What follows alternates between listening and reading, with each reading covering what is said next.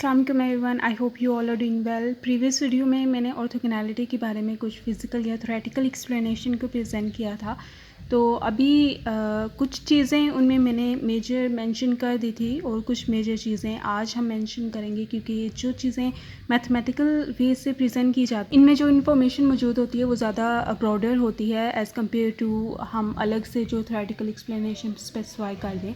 तो आज हम मैथमेटिकल वेज़ देखेंगे, मैथमेटिकल थिंग्स देखेंगे जो कि ऑर्थोगोनल वेक्टर्स, फंक्शंस या सॉल्यूशन सेटिस्फाई करते हैं हमेशा, या फिर जिनको यूज़ किया जा सकता है in order to test whether that given function, vectors या सॉल्यूशंस वो ऑर्थोगोनल हैं एक दूसरे के या नहीं, या फिर वो एक दूसरे के लीनियरली इंडिपेंडेंट हैं या नहीं।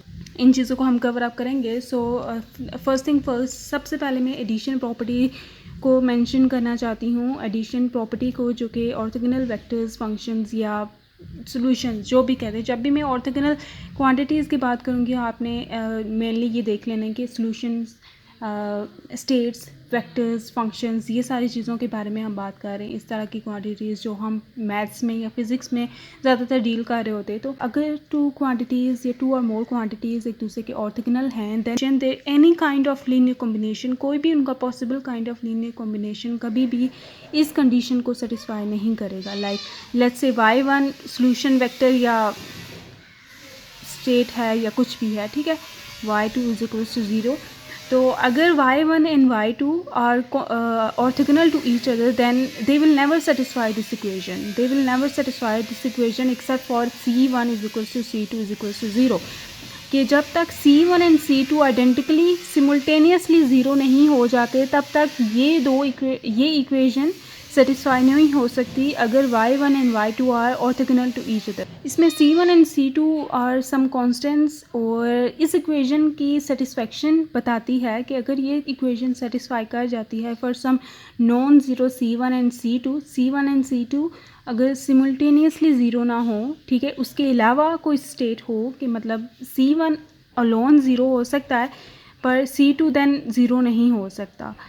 तो ये इस सिचुएशन को ये जो सिचुएशन होती है इसे हम कहते हैं ट्रिवियल सॉल्यूशंस। ये ट्रिवियल सॉल्यूशन होता है जिसमें आपके पास c1 एंड c2 दोनों आइडेंटिकली ज़ीरो हो जाएं, और अगर आइडेंटिकली या ट्रिवियल सॉल्यूशन के अलावा इस इक्वेशन का कोई और सॉल्यूशन नहीं बनता, तो इट मीन्स कि y1 and y2 are linearly independent, या फिर हम कह सकते हैं कि वो एक दूसरे के ऑर्थोगोनल हैं। तो ये चीज़ आप फर्दर किसी भी फंक्शन के लिए चेक कर सकते हैं। फॉर एग्ज़ाम्पल, अगर आपके पास फंक्शन है एक sin x है, ठीक है, और दूसरा भी मैं sin x ले लेती हूँ, 2 sin x फॉर एग्ज़ाम्पल मैं ले लेती हूँ, तो क्या कोई इनका पॉसिबल लीनियर कॉम्बिनेशन है जो इन दोनों को ज़ीरो बना सके? तो येस, अगर मैं इस फंक्शन को 2 से मल्टीप्लाई कर दूँ, दोनों को माइनस कर दूँ एक दूसरे के साथ, -2 से मल्टीप्लाई कर देते हैं लेट्स से, ताकि ऐड कर दें दोनों को, तो this is equals to 0। This is satisfied for some non zero c1 and c2। तो ये non zero c1 and c2 के लिए सेटिस्फाई कर जाता है। इसलिए जो सिमिलर फंक्शंस होते हैं वो हमेशा एक दूसरे के लीनियरली डिपेंडेंट होते हैं या फिर एक दूसरे के ऑर्थोगोनल नहीं होते। तो कोई भी अगर इनका कॉम्बिनेशन ऐसा नहीं है कि ये एक दूसरे को नलीफाई कर दें, एक दूसरे के इफ़ेक्ट को नलीफाई कर दें, तो ऐसे वेक्टर्स को, फंक्शंस को या सॉल्यूशंस को हम ऑर्थोगोनल कहते हैं। कि such quantities which are linearly independent or orthogonal, they can never nullify each other's effect.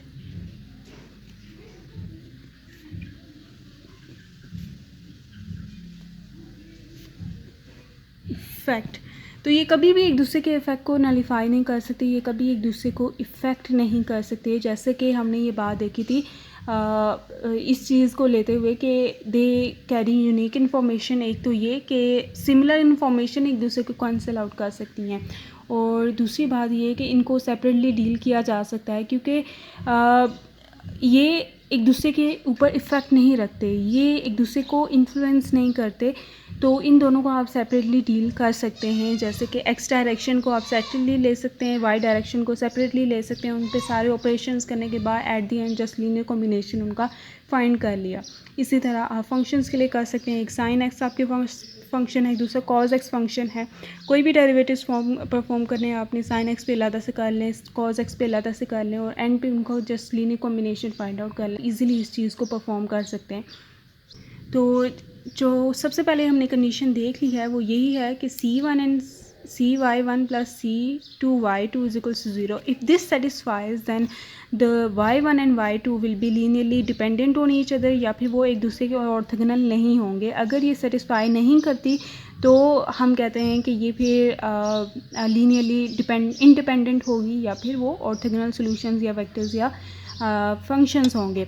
तो अब इस चीज़ को हम रिड्यूस कर सकते हैं, इस चीज़ को हम स्पेसिफाई कर सकते हैं एक टर्म रॉन्स्कियन के लिए, रॉन्स्कियन की फॉर्म के लिए, और वो स्पेसिफिकली मेनली जो यूज़ होती है वो फंक्शंस या फिर सॉल्यूशन सेट्स के लिए होती है। लाइक सॉल्यूशन आपके पास y1 y2 y3 आए तो उनकी आप ऑर्थोगोनैलिटी या फिर लीनियर इंडिपेंडेंस चेकआउट करने के लिए इस मेथड को यूज़ कर सकते हैं जिसे हम रॉन्स्कियन कहते हैं। जबकि वेक्टर्स के लिए आप सिंपली ये कर सकते हैं, क्योंकि अभी मैं डेरिवेटिव मेथड यूज़ करने जा रही हूँ और वो कांस्टेंट वेक्टर्स के लिए स्पेसिफिकली यूज़ हो नहीं सकता, क्योंकि कांस्टेंट वेक्टर्स का डेरिवेटिव हमेशा ज़ीरो होता है।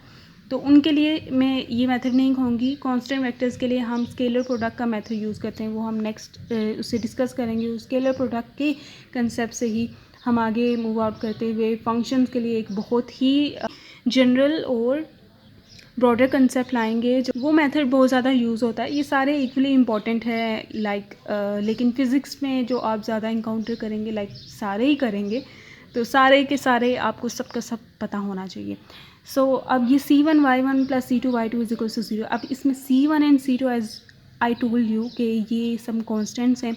तो हमने ये तो देख लिया कि ये सेटिस्फाई होने पे क्या होगा, ये सेटिस्फाई ना होने पे क्या होगा। ठीक है, ये आपने अपने माइंड में क्लियर रखना है।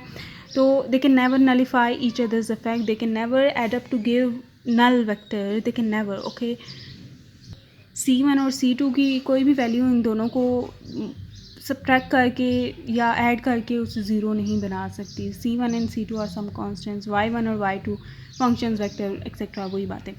तो अब इससे हम इसका अगर डेरिवेटिव फाइंड करें तो क्या आ जाएगा, C1 इज़ अ कांस्टेंट, सो वो एज इट इज़ आ जाएगा C2y2 prime is equals to 0। ये हमारे पास इसका डेरिवेटिव की इक्वेशन आ गई है। अगर मैं इस इक्वेशन को मैट्रिक्स फॉर्म में लिखना चाहूँ तो मैं कैसे लिखूँगी, तो इसमें यहाँ पे अब क्योंकि हमें ये चेकआउट करना है कि C1 और C2 की कोई पॉसिबल वैल्यू है जो इस इक्वेशन को सेटिस्फाई करे, तो इट इज़ लाइक समथिंग जो हम अननोन्स में लेते होते हैं। ठीक है, और जो कॉमन है इनमें, लाइक टू इक्वेशंस में इनका कोफिशिएंट C1 है और इनका कोफिशिएंट C2 है, तो इसको इस मैट्रिक्स में लिखेंगे। इनको मल्टीप्लाई करने के बाद ये इक्वेशंस आ जाएंगी। ये भी एक रीज़न बनती है करने की। तो ये मैंने इस तरह से लिख दिया है और दिस इज़ इक्वल्स टू 0 0। ठीक है, तो अगर आपके पास टू पॉसिबल फंक्शंस हैं जो इनके दरमियान आप ऑर्थोगोनैलिटी को चेक करना चाहते हैं, तो आपके पास 2x2 का मैट्रिक्स स्क्वायर मैट्रिक्स बनेगा। लेकिन अगर 3 सॉल्यूशंस हैं 3x3 का मैट्रिक्स बनेगा, 4 हैं 4x4 का मैट्रिक्स बनेगा, इसी तरह 5 हैं तो 5x5 का मैट्रिक्स बनेगा। तो n/n matrix for n number of solutions को चेकआउट करने के लिए, तो उतने ही नंबर ऑफ़ डेरिवेटिव्स फिर आपको फाइंड आउट करने पड़ते हैं। Like n-1 number of derivative. ये हमारे पास 2 थे सॉल्यूशन, तो हमने फर्स्ट ऑर्डर डेरिवेटिव तक इसे फाइंड किया। अगर 3 सॉल्यूशन होते तो सेकंड ऑर्डर डेरिवेटिव तक इसे दोबारा हम डेरिवेट करते। तो ये चीज़ें आगे इसको जनरलाइज करने में हम यूज़ करेंगे। अब इसको सॉल्व करने का जो मैं तरीका यूज़ करूँ, एक तो इन्वर्स मेथड होता है कि C1 और C2 को फाइंड कर लिया। मैं जो यूज़ करने जा रही हूँ रो ऑपरेशंस है, रो ऑपरेशन में करूँगी। इसमें ये ऑगमेंटेड मैट्रिक्स लिखनी होती है, मैं ऑगमेंटेड मैट्रिक्स लिखने जा रही हूँ। तो इसमें C1 C2 और ये 0 C1 प्राइम Y2 प्राइम, यहाँ पे ये सेमीकोलन्स को डिफ़ाइन किया जाता है in order to distinguish that matrix 2x3 matrix 2x3 row by column, या 2x3 मैट्रिक्स को ऑगमेंटेड मैट्रिक्स से डिफ्रेंशिएट करने के लिए आप ये कॉलम्स डालते हैं ताकि पता चले कि आप ऑगमेंटेड मैट्रिक्स लिखे हैं। तो अब इसमें मैं ऑपरेशन स्टार्ट करने जा रही हूँ। ऑपरेशन के लिए सबसे पहला जो मैं ऑपरेशन करूँगी, तो मैं इस फर्स्ट एंट्री को ना 0 बनाना चाहती हूँ। उसके लिए ज़रूरी है कि इसको इसी के इक्वल किसी क्वांटिटी से माइनस किया जाए। तो वो करने के लिए मैं क्या करती हूँ कि अगर मैं ये रो 2 को y1 प्राइम से डिवाइड कर दूँ तो यहाँ 1 आ जाएगा, और उसे मल्टीप्लाई कर दूँ अगर y1 से तो यहाँ पे y1 एज रिज़ल्ट आ जाएगा। तो y1 जब मैं y1 से जब मैं ये अल्टर रो 2 को अगर माइनस करूँगी अल्टर रो 2 को, तो ये ज़ीरो बन जाएगा और ज़ीरो होने के नतीजे में हम इजीली इक्वेट कर देंगे। जैसे ये हमने इस फॉर्म में लिखा ना कि y1 c1, ये जो मैट्रिक्स है ना ये c1 को शो कर रही है, c1 कोफिशिएंट इनके साथ था, ये वाली c2 के कोफिशिएंट को शो कर रही है और ये वाली इक्वल टू समथिंग वाला। तो जिस तरह से हमने ये c1 यहाँ पे हमें पता है ये c1 से बिलोंग करते हैं, तो y1 लिखा plus c2 y2 is equal to 0। तो इसमें रो ऑपरेशन करने के बाद जो ये रिड्यूस्ड रो आएगी ना, तो इसे हम इसी तरह से ही दोबारा इक्वेशन की फॉर्म में भी लिख सकते हैं। तो इक्वेशन की फॉर्म में जब हम लिखेंगे तो हमें कुछ रिलेशंस मिल जाएंगे। तो अभी मैं करने जा रही हूँ r1 माइनस r2 को डिवाइड करना है मैंने y और मल्टीप्लाई करना है मैंने y1 से। तो ये वाला ऑपरेशन करते हुए मैं इसको करती हूँ तो क्या आ जाएगा, ये y1 माइनस y1 तो आएगा ही, लेकिन आपके लिए मैं ज़रा सॉल्व कर देती हूँ फिर। y2 minus y1 prime divided by sorry ये r2 में y2 प्राइम है, ठीक है। ये y2 प्राइम r2 का divided by y1 prime multiply by y1, ठीक है। और ये ज़ीरो माइनस ज़ीरो ही रहेगा क्योंकि ये r1 ज़ीरो है माइनस ये भी zero, zero minus zero zero, तो ये वाली तो अनअल्टर्ड ही रहेगी। ऑपरेशन का इफेक्ट सिर्फ इस रो पे आएगा। तो अब इसको मैं सिंप्लीफाई करती हूँ, सिंप्लीफाई करने के बाद हम देखते हैं कि क्या आता है। पहले तो देख लेना ये तो ये कैंसिल हो गया, तो y1 माइनस y1 हो गया जो कि इसे ज़ीरो बना देगा, ठीक है। और इसके बाद ये सिचुएशन आ चुकी है कि ये वाला एंट्री सारी की सारी ज़ीरो बन चुकी है, ये एक नॉन ज़ीरो है और ये भी ज़ीरो है। तो अगर मैं अब इसे दोबारा रिड्यूस करूँ, दोबारा कन्वर्ट करूँ इनटू इक्वेशन फॉर्म, ये c1 कोफिशिएंट के साथ ये वाला वेरिएबल जो कि यहाँ पे ज़ीरो बन चुका है, प्लस का साइन c2 कोफिशिएंट के साथ ये वाली होल क्वांटिटी आएगी। तो ये y2 minus y2 prime y1 divided by y1 prime और this is equals to zero. तो ये तो पूरी क्वांटिटी ज़ीरो हो चुकी है। तो अब यहाँ पे सिचुएशन कर देते हैं कि c2 into y2 minus y2 prime y1 divided by y1 prime is equals to zero.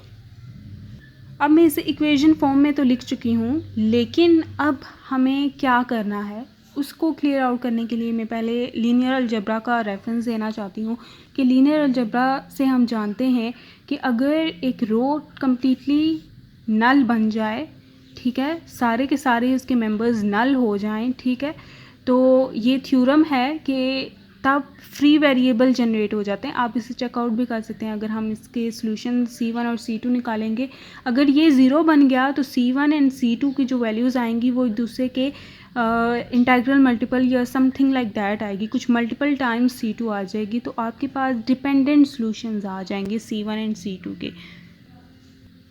कि अगर आपके पास ये पूरी रो ज़ीरो हो जाती है तो फॉर श्योर इसमें फ्री वेरिएबल्स इन्वॉल्व हो जाएंगे। और जब आपके पास फ्री वेरिएबल इन्वॉल्व हो जाते हैं तो आपके पास सॉल्यूशन डिपेंडेंट बन जाता है। डिपेंडेंट सॉल्यूशन का मतलब है कि जो c1 की वैल्यू आएगी वो सम मल्टीपल टाइम्स, मल्टीपल वो इंटीग्रल मल्टीपल भी हो सकता है, नॉन इंटीग्रल मल्टीपल भी हो सकता है, like 1/2 let's say times c2 आ जाएगा। तो इट मीन्स आपका जो इक्वेशन है, ठीक है, c1 y1 plus c2 y2 is equal to zero, वो some non zero c1 and c2 के लिए सेटिस्फाई कर गई है। तो इन दैट केस जब आपके पास ये वाली क्वांटिटी भी ज़ीरो बन जाएगी तो इन दैट केस आपके पास solutions c1 is equal to some constant multiple of c2 आएगा। और इट मीन्स आपके पास जो सॉल्यूशन आए, आप c1 एंड c2 को ज़ीरो नहीं ले सकते, लाइक आइडेंटिकली ज़ीरो नहीं ले सकते। अगर आपने c2 को ज़ीरो लिया तो c1 ऑटोमेटिकली ज़ीरो हो जाएगा क्योंकि c1 is some constant multiple time c2।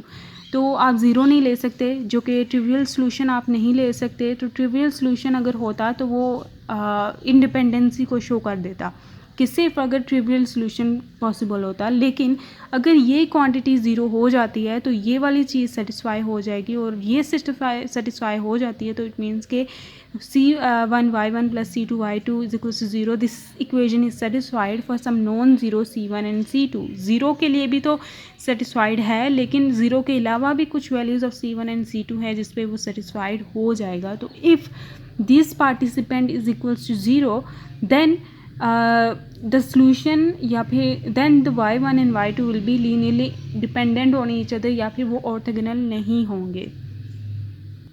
तो ये सिचुएशन देखते हुए कि ये पार्टिसिपेंट अगर ज़ीरो के इक्वल हो जाता है